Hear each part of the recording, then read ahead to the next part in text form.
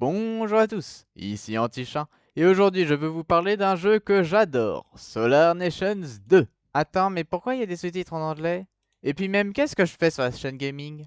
Bah d'abord parce que je suis l'un des très rares francophones à jouer à ce jeu, donc bon, si la demande pour cette vidéo est surtout anglophone et monolingue, il faut bien qu'ils comprennent ce que je dis.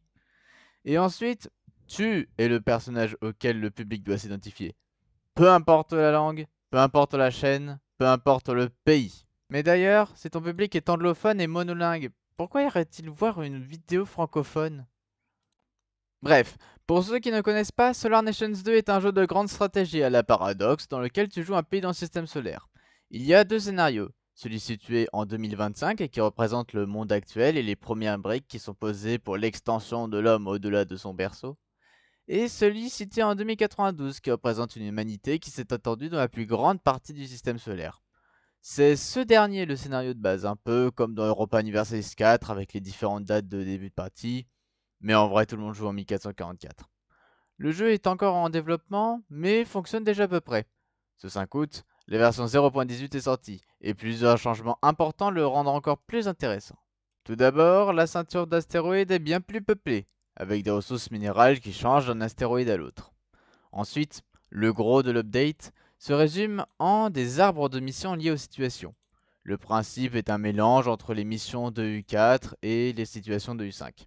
Dans le cadre d'une situation, tu fais quelque chose et ça te donne un petit bonus. Par exemple, si je joue les colonies unies, je peux faire cette mission qui consiste à avoir 3000 de capacité industrielle. Après la construction d'usine, j'atteins le nombre et je finis la mission qui me donne un petit bonus. Les arbres de mission diffèrent d'un pays à l'autre et certains peuvent donner lieu à différentes finalités. C'est le cas de celui des colonies unies, qui pousse l'État luni-martien à se concentrer autour de l'un des deux corps. Je pense que cet update permettra de dynamiser le gameplay et rendre le jeu plus fun. D'un autre côté, les missions sont liées à des situations, chose que tous les pays n'ont pas. Les pays mineurs ont donc moins, voire pas de contenu original par rapport aux majeurs, ce qui réduit encore l'intérêt à les jouer. Et c'est à peu près tout.